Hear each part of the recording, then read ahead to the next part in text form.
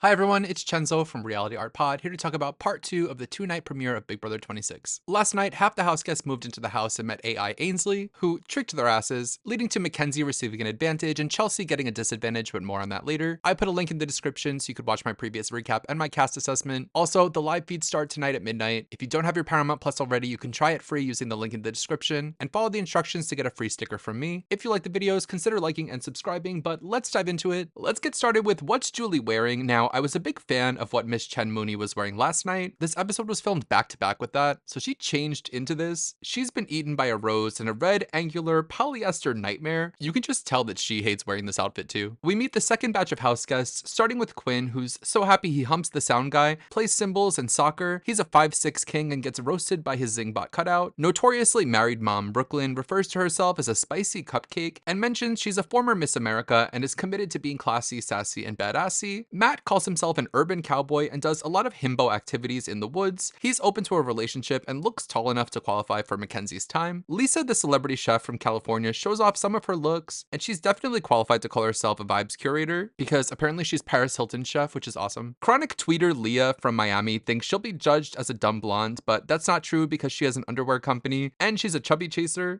Whenever they lose a pound, I get sick to my stomach.